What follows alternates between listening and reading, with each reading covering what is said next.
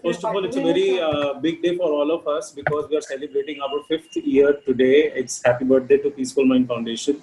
And that was a specific reason that we have kept a youth workshop today because Global Youth Mental Health Forum is one of the major domains of Peaceful Mind Foundation. And we have three wonderful speakers from different parts of the world. One is Dr. Prabjeet, who has been working with Peaceful Mind and who has been a part of Peaceful Mind since inception. We have Sarah from UK, who became an overnight best-selling author of her book, What University Doesn't Teach. And we have from Pakistan, Miss Humaira, who would be representing Miss Amreen, a clinical psychologist from Kazim Trust. So today's topic, what we have taken is nothing very high funda fancy topic, but it's something very core to everybody. How youth, especially of today, we see so much of anxiety, depression, suicide, bits and pieces of stress and tensions and troubles. How we help youth to deal with this kind of a global crisis, and how we help youth as a person to come out of the crisis. Many people do not know how to deal with these kind of things. So we want from these three experts today to just help us and brief us out their own experiences dealing with youth, their own experiences, how they have trained young adults, young adolescents to deal with anger, mental health issues, small thing like stress or anxiety. So Sarah, please, we start with you. Could you please introduce yourself a bit and could you just enlighten us on the topic? Hi everyone, my name is Sarah Adenaike. I'm the founder of Vision to Mission, a personal and professional development firm based in the United Kingdom with a global reach. I'm also the best-selling author of a book titled Things University Doesn't Teach You. Today I'm hoping I can add value in terms of, I want to focus on some of the things I wrote in my book and obviously in terms of well-being in general. So one of the things I wanted to talk about was sort of what sets you aside. And obviously health is the first wealth. We all know that it doesn't matter what your ambition is. It doesn't matter what you want to achieve.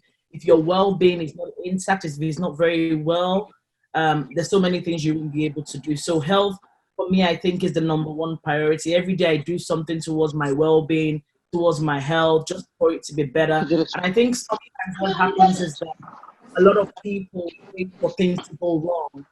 And we kind of live in a very busy generation. Everyone wants quick results. They want to start a workout class today and see results tomorrow. That's kind of the problem as well. It comes to wealth. But I think accepting it as a lifestyle rather than maybe a one-off diet or one-off fitness regime. I think making conscious effort to enhance our lifestyle. So from the things we eat to the things we do, like the doctors recommend 10,000 steps a day keeps the doctors away. I personally, I have a watch tracker that I wear that I try to actually do that every single day. The days I'm not able to meet that target, but I always make up for it in one way or the other. Obviously, a balanced diet is also good. The kind of people you surround yourself with, input determines your output. What goes into you determines what comes out of you. And I think a lot of the time, we tend to focus on outward appearance, what people see. Meanwhile, the part that we need to really cater for is the work from inside out, the part that people don't actually see. And that's the part that suffers. You see someone that is very wealthy, in the news, and they tell you the person committed suicide, and you're thinking that person physically had everything they wanted. What went wrong? So the problem is we don't look after the inside. We tend to focus a lot on, on the outside of our lives. And I think it's very important that we give attention to how we feel, our emotions, whether bad or good, constantly doing that work. I mean, for example, you could have friends, for example, who constantly put you down. You don't want to surround yourself with people like that. You want to surround yourself with people that remind you of, when you have a bad day, they remind you to see the good in yourself, even for the days that you're not able to see it. You want to surround yourself with people that bring out the best in you. For example, I know that I'm not the fittest person in the room, but then I have friends that motivate me and encourage me to work better towards my health. So it's surrounding yourself with what you need. Everybody knows your needs, and you can't have everything. Can't be your strength. Some people, their strength is in talking, some is in working, some is in fitness. Everyone has a different strength. So leverage of the strengths of people around you. and have mentors. You can have mentors in anything. I have a fitness mentor. I have a work mentor. I have a, career development mentor. I have a business mentor. You can have a mentor in anything, wellness mentor, whatever it is that you feel that you want to enhance, you want to make better. Feel free to have a mentor. And mentor is not someone that you physically have to meet.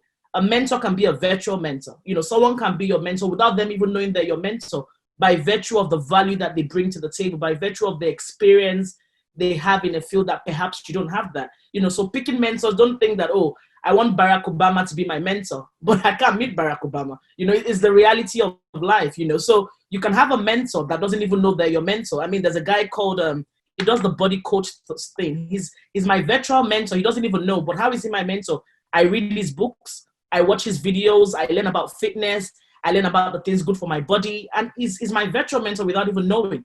Someone else can be your actual mentor. So I have a fitness coach, for example, where I exercise a certain number of days a week. And it's virtual. I see him on my screen. He tells me what to do. And I literally repeat what he's doing. So I think looking after your well-being as a whole holistically is very important, because that would rub off on everything else in your life. If you're constantly tired, you have no energy, if you're not feeling well, it doesn't matter how ambitious you are, it doesn't matter how big your goals are, that sets the foundation for everything in your life. So it's such an important, I think there was something, I don't know if Professor Nabi remembers, where we said, hope mental health will not be the next pandemic. And it's so true, because I was the one that gave out this topic that mental health is going to be the next pandemic on your session. So I'll just cut you, Sarah, here. So we go on to Miss Sumaira. Miss Sumaira, what do you think? How do you think youth has to deal with any kind of crisis in their life, and what are the major values which are to be taught to the youth of today, which is not taught in any classroom? How they have to deal with these kind of things?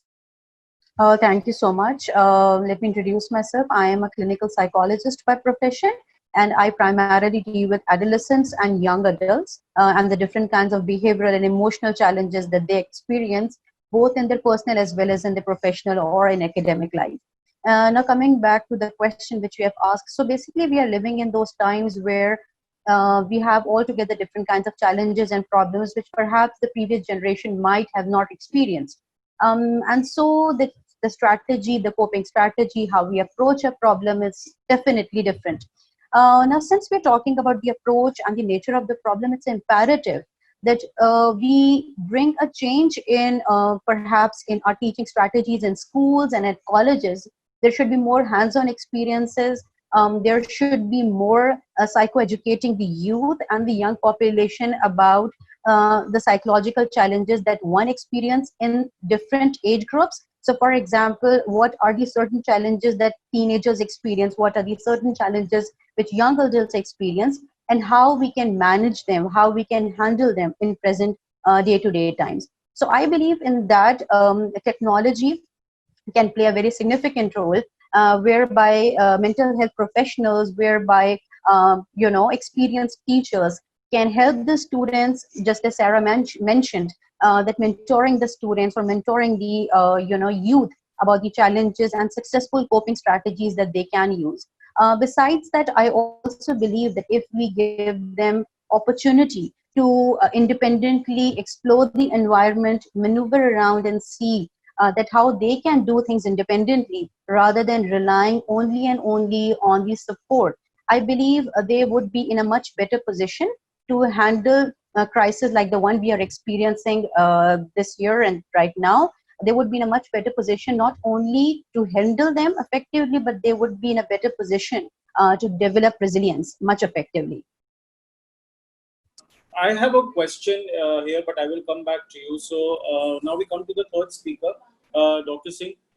Would you please enlighten us on this topic of how youth to deal with the crisis, global crisis, or their own personal crises?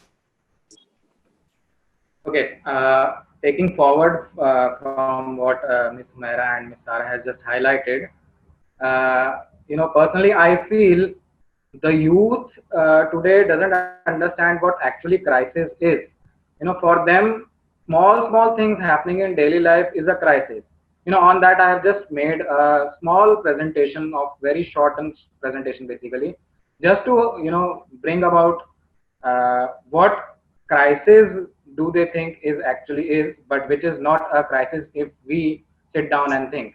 So if you people allow, I can just share it and give a small highlight on it. Please go ahead. Please go ahead. First crisis, what I feel for them is this: online dating. So everybody, the youth is on a lot of apps and all for online dating. So it doesn't matter if you are swiping through profiles on Tinder or looking for a soulmate. Online dating is hard, and when they are unable to, do this perfectly, they feel that this is a crisis. I am not able to, do this thing, and my friends are doing it so well. They are meeting girls, they are meeting boys, and this is not going right. So maybe I am the failure. Then this is the biggest contributor to the crisis of the youth, what I feel. So we all have a social media profile, maybe on 2, 3 platforms, 4, 5 platforms. Everybody has. But managing that and the pressure that it creates is again something that creates a lot of crisis like pressure, especially on youth. So since being connected has become a crucial, uh, it's hard to truly tune into it. Because of that, it's easy becoming bombarded by it and have it take it over. So what I feel that the youth I have met, if they don't get too many likes, they feel I'm not worth it. My friend is getting too many likes. My post is not getting noticed. So again, being connected, yes, we want to be connected to people. That's why we are there on the social media. But when we are unable to connect, I think the youth feels that no, this is a crisis situation for me. The biggest one, watching way too many streaming services. We have too many services like Netflix, Amazon Prime, Hotstar, and whatnot. And there are a lot of content. So because of this, people have forgotten to spend time with friends. Instead, they are spending time with friends watching something online. So this has totally changed the way the world entertains themselves. If we go back to our teenage, or if we go back to our school days, how many of us can remember that we were having time out with friends, playing games or talking or doing something in our room instead of watching online series or watching TV. So again, this is again becoming a type of crisis for them. Oh, you have Netflix? I don't have Netflix. You watched that series? I haven't watched that series. I need to watch that series now. So small things, they are making that overhyped and making it a crisis situation for them. Biggest one, okay, just it clicked me right now. Recently, I got a client, she watched some series on Netflix wherein there were gay couples and lesbian couples. So it impacted her so much that she started getting a feeling that she might be a lesbian herself. And then it was creating problems for her. Then she approached me saying that I think sometimes when I watch something online now, I feel that, but she said, I'm not, but I don't know, I am in doubt now. So again, the content that you watch has an impact on you. Then this is for, I guess, every age group. We depend too much on Google.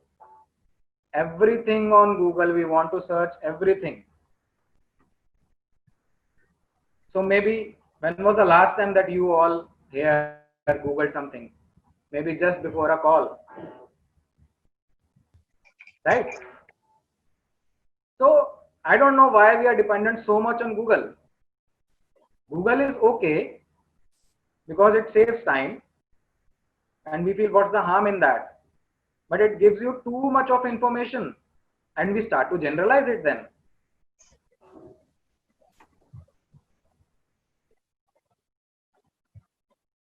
And because of all this, the technology and all, the human attraction is becoming a thing of the past. This is a very common scene that we can see in malls, in food outlets, even when we are sitting at a family function, we are totally engaged in our phones. And there is a situation when you actually when you actually need to interact with the people, you feel a little awkward because you are less used to it. So these are the situations that I feel that youth is going through. And the biggest one, maybe this happens with us also, but maybe we are mature enough that we handle it a little better. So suddenly your phone dies. So there are no contacts, no passwords, no nothing else, no social media, nothing else. And then we feel like we are naked, almost naked. We feel helpless. But maybe we are mature, but if we compare this situation to the youth, they become hyper. And again, leading all this to, we don't remember anybody's number. Memory issues. How many numbers do you actually know by heart? Hardly your mother, father, or maybe any other brother or sister. That's it. Earlier, we used to remember almost everybody's number. All our friends' number were here in our mind. Now the memory is also declining. Because of this, we are dependent too much on the phone or the technology. We have a meeting, we make a note on the phone. We have a Zoom call, we make a note on the phone. We have to meet somebody, make a note on the phone. We have to call somebody, we have to meet the doctor or whatever. And then this is getting a job. The youth, I don't know why, is so impatient, that they just want to get out of the college and get a job. So securing a job between so many candidates is a challenge. They need to understand this. And again, getting a job depends on your expertise and your skills. We need to make the youth understand this fact. Recently I was reading an article 2 days back. Those from India might be knowing IIT in Delhi. So there is a student who is an IIT Delhi graduate. He basically, made up his own kidnap kind of a thing and called up his parents that for ransom, just so that he buys time, because he wanted to commit suicide from a train because he was unable to clear IIM Ahmedabad entrance test. So the youth is too impatient. One of the premier institute, you have graduated already. If you haven't got admission in another premium institute, it's okay. You can get it next time maybe. And one more crisis situation. I want to speak to somebody right now, so I want to speak to somebody right now. I don't know whether it's 2 a.m. in the morning or 9 p.m. in the night. So probably we have used to having constant combination that if someone doesn't answer, we get annoyed. We send one WhatsApp, we send two WhatsApp, we send three WhatsApp, and then we say, he's not replying. Why he is not replying? Probably the other person might be busy. He might be in the washroom. He might be taking a bath. But no, we need an answer right now. The biggest one, what I feel for the youth. Selfie everywhere. We are so busy in taking a selfie that we ignore the fact that we need to interact with the people as well. We need to appreciate the beauty of the place we are standing. In fact, so much so that we see in the news channels and all, people are standing there taking a selfie with an accident victim instead of taking him to the hospital. And again, we are so engrossed to get a perfect selfie that if we don't get a perfect selfie, or maybe we get a selfie and we don't get too many comments on that, we again feel low and start comparing it with our friends. biggest one again for the youth, because I am a visiting consultant in 2 colleges as well, and this reason is one what I get frequently from the youth. They just want to get into a relationship but don't know how to handle it. And then again there is a confusion. If I am into a relationship, should I update it on my Facebook, or should I update it anywhere else on my social media? And what about the dating apps that I have? This again causes a lot of confusion in the youth. So a basic technique that I generally imply with the youth who are coming with such problems is what I called it as, let's solve your problem. So the technique is solved. So I make them write a specific problem that they have. Then I tell them to open their mind and list possible solutions along with their pros and cons. Then they need to verify the best solution by circling their choice basically, and then enact the solution by giving steps how they are planning to imply that solution, and give a time frame for that solution, and finally decide if the solution works or not. So this helps in a lot of situations to deal with the crisis that is actually not crisis, but for them it's crisis. And one tip that I always give is to remember that whenever in doubt, never ever hesitate to seek professional help. Don't rely on Google or on your friends. So this was a short, sweet, what I think youth actually faces, but which is not a crisis situation actually. Thank you, Rajit sir. That was really, really nice. And I learned the solved technique today. Circling back to Sarah and Humaira, because Dr. Singh has given us a complete holistic view. Sarah and Humaira were saying about the mentors, and we should focus less on the theoretical aspect and going more towards the practical aspect. The universities or schools or colleges, I mean, wherever this youth are studying, they should focus more on the practical aspects of what they're going to study. But my first question here would be that the school and colleges only focus on theory because they have to complete the syllabus. So how do we actually rectify this problem globally? It's everywhere. So Humaira or Sarah, any one of you can answer first. I think a lot of syllabuses worldwide are kind of outdated. If you go back home and you see a country or school still using the syllabus they had 20 years ago, it's outdated. The world has changed, and it's changed for good.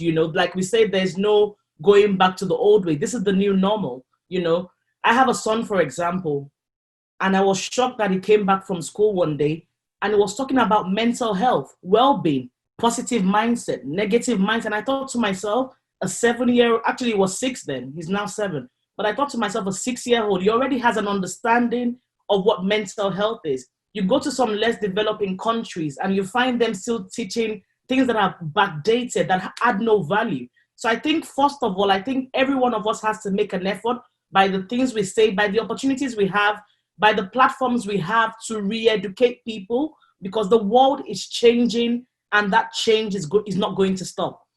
Dr. Singh made some very, very valuable points. And one of the things I want to talk about that he mentioned a bit more is identity crisis.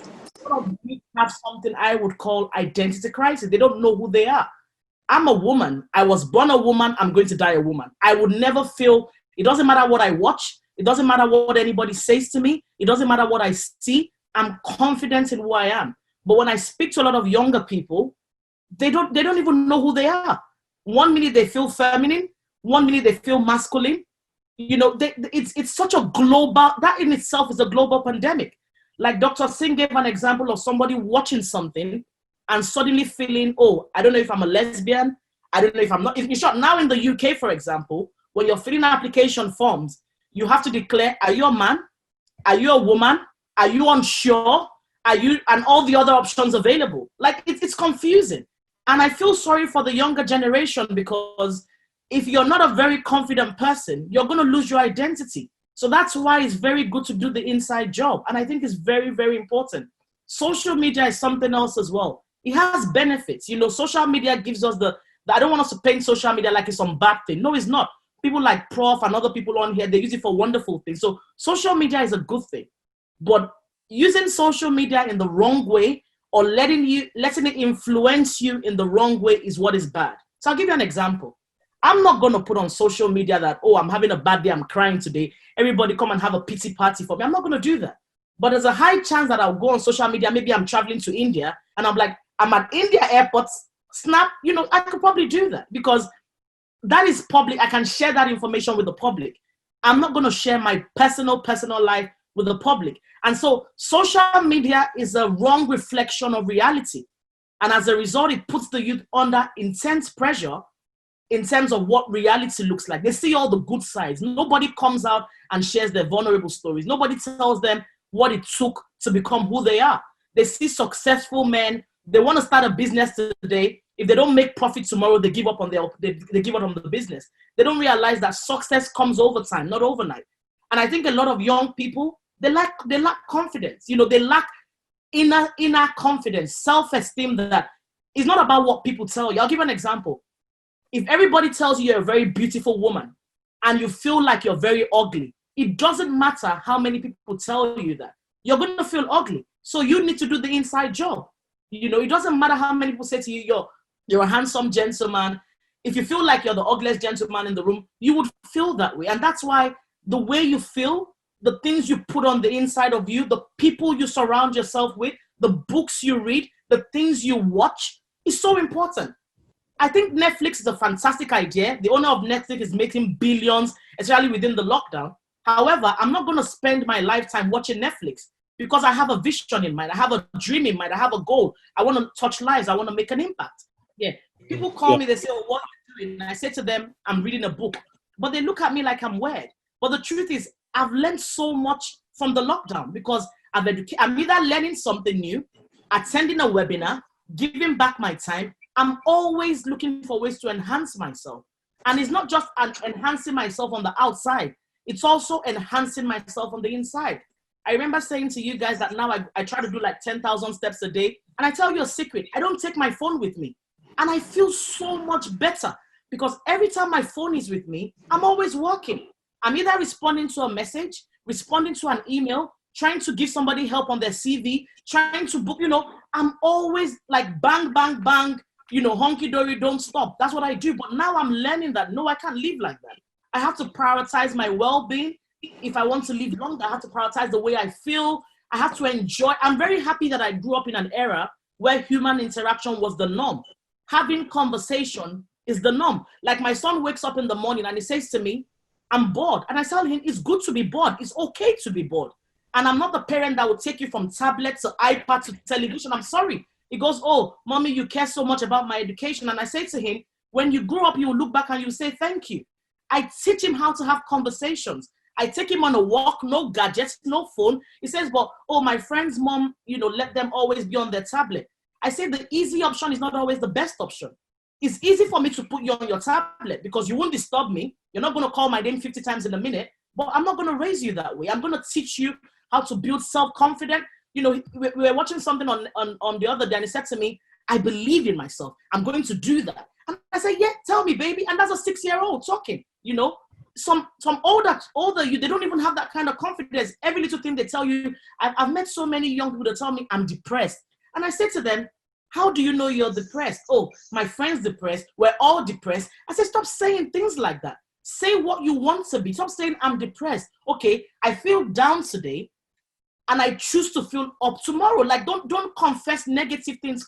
It's like one day someone said to me, oh, I'm so sad. I said, congratulations. You want to know what? Congratulations, you're very sad. Brace yourself. Choose to be happy. Happiness is a choice. It's a choice you make every single day. Nobody can make you happy. Like Dr. Singh said, a lot of people are looking for validation. That's why when someone doesn't like your picture, you're sad. Let me tell you something funny. When I post a picture on social media, I'm the first person to like it. I'm my biggest fan. And I really don't care if you like it or you don't like it. If I think it's something that is worth sharing, I share it. I don't really care whether it's one person that likes it, whether I'm the only person that likes it. So I think we need to build inner confidence in the youth. I think the syllabus in so many schools needs to be updated to reflect the ever-changing world. You know, like you rightly say, a lot of people, one of the things I wrote about in my book is experience is more valuable than qualifications. You know, yes, I have a degree. Yes, I'm doing my master's. Yes, that's fantastic. But all of that is the foundation. It doesn't help me have conversations. You know, it doesn't teach me how to be persistent. It doesn't teach me how to ask questions. There's no such question as a foolish question. Some people, they find themselves in rooms where opportunities for them to learn, but they're so scared. Oh, someone's going to laugh at me. What if I ask a stupid question? I tell you what, most of the things I know today is from the questions I asked, not from what they taught me. I'm that person in the law classroom when I was doing my undergraduate degree that would ask the most questions. I'm that person.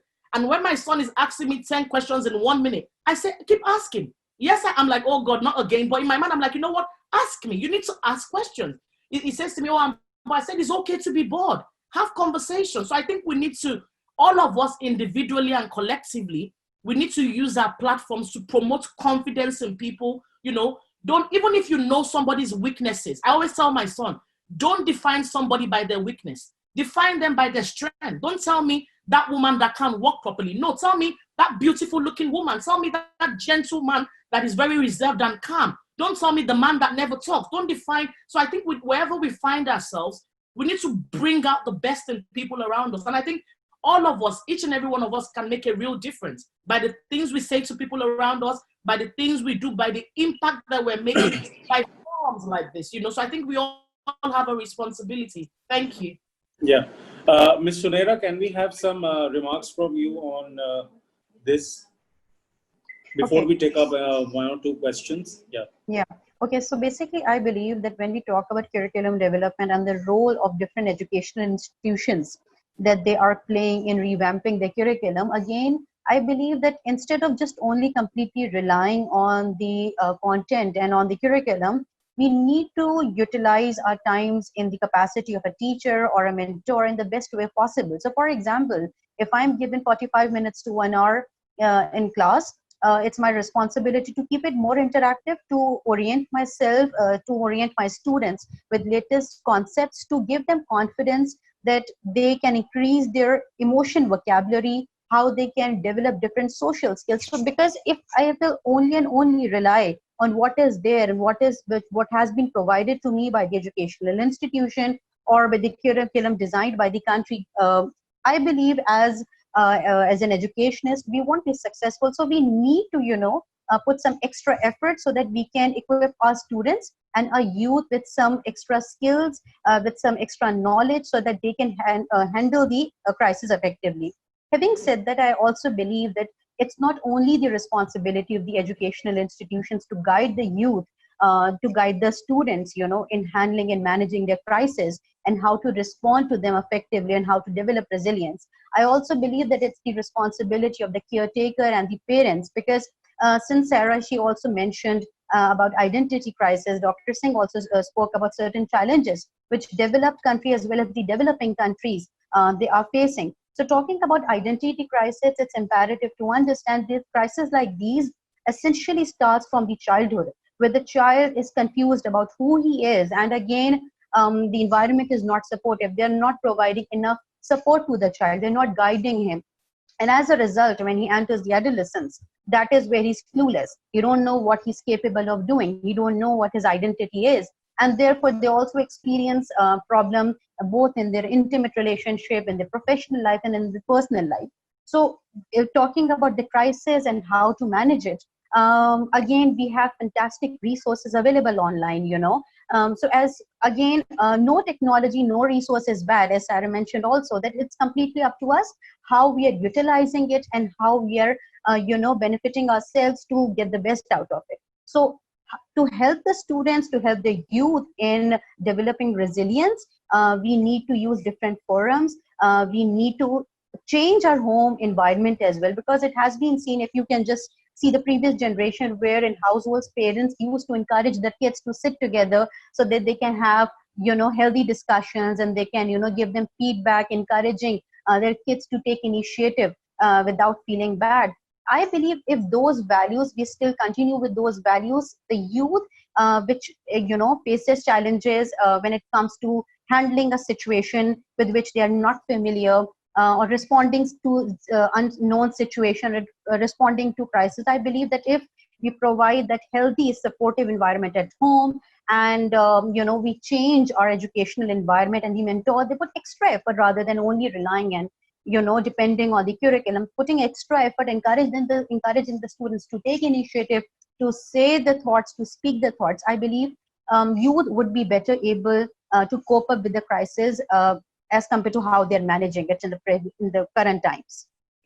Ms. Sunera, if like Dr. Singh has given us a solved kind of a technique, then Ms. Sarah has given us focusing on the strengths rather than weaknesses. Any one line or any one tip, very quick one, which you can give to the youth of today, and so that we can also. Okay. Just two things. That is, number one, be very specific about your goals. What exactly do you want to achieve? Instead of just going here and there and be ambiguous and not having clarity, it's imperative that you be very specific. What do you want to achieve, and what would be the consequences, and what would be the benefits? And secondly, explore the world. The world is out there. There are so many options out there for you. So instead of only relying on the internet and the resources out there, go and explore the world. Unless you won't make mistakes, you won't explore the environment, you won't explore the world, you won't know that what exactly is the right thing to do. That's absolutely well said. So focusing on what you want rather than beating around the bush. Yeah.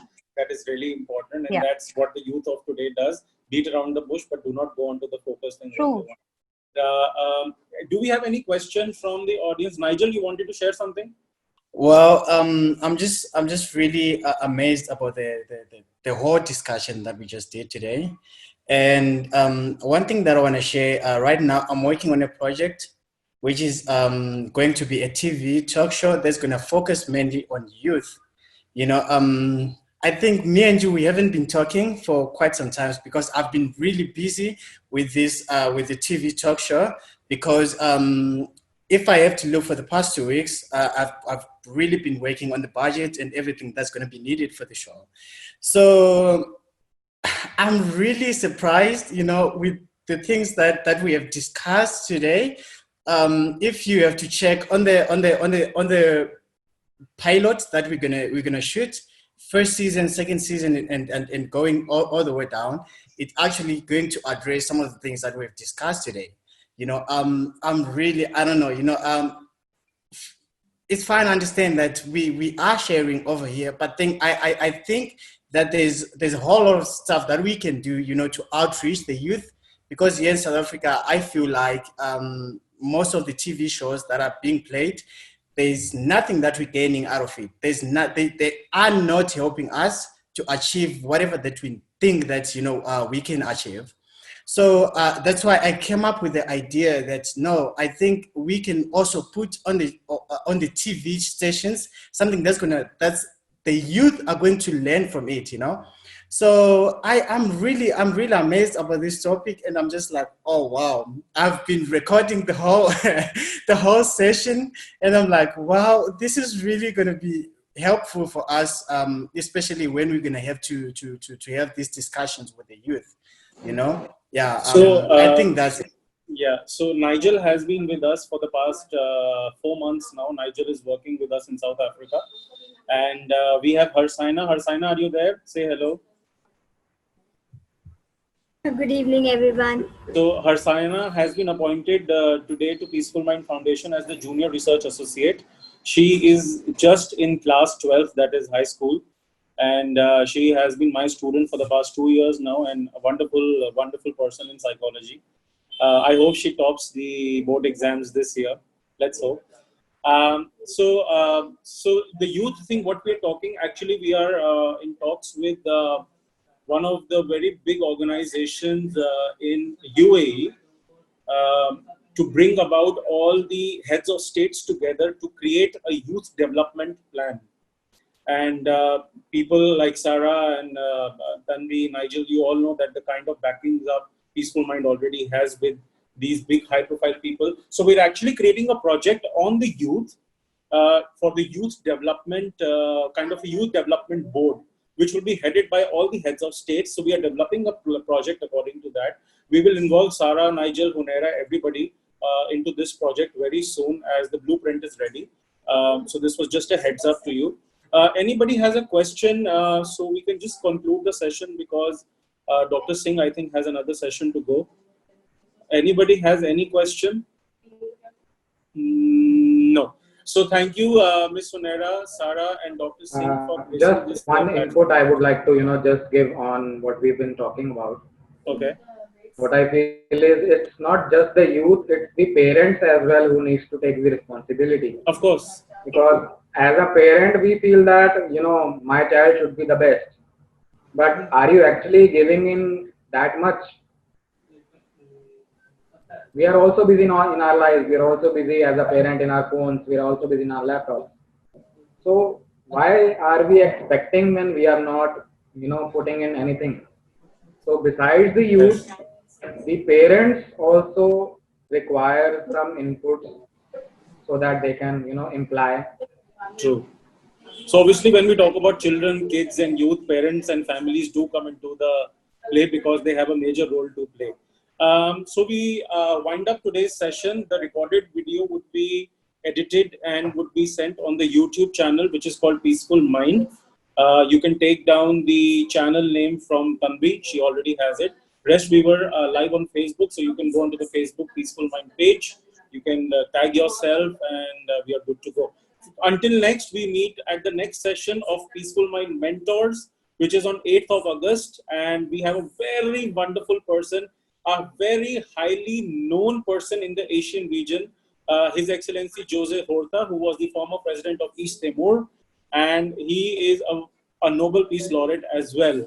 So he was the Prime Minister, he was the President, he was a Nobel Peace Laureate. He has everything.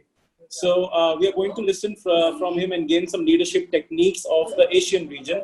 All are welcome. Tanvi would be there and our pages would be there to give you more information. Until then, thank you so much. And thank you for gracing the platform today on the birth anniversary of Peaceful Mind Foundation. I'm really thankful to all of you. Bye-bye. See you. Take care. Be safe.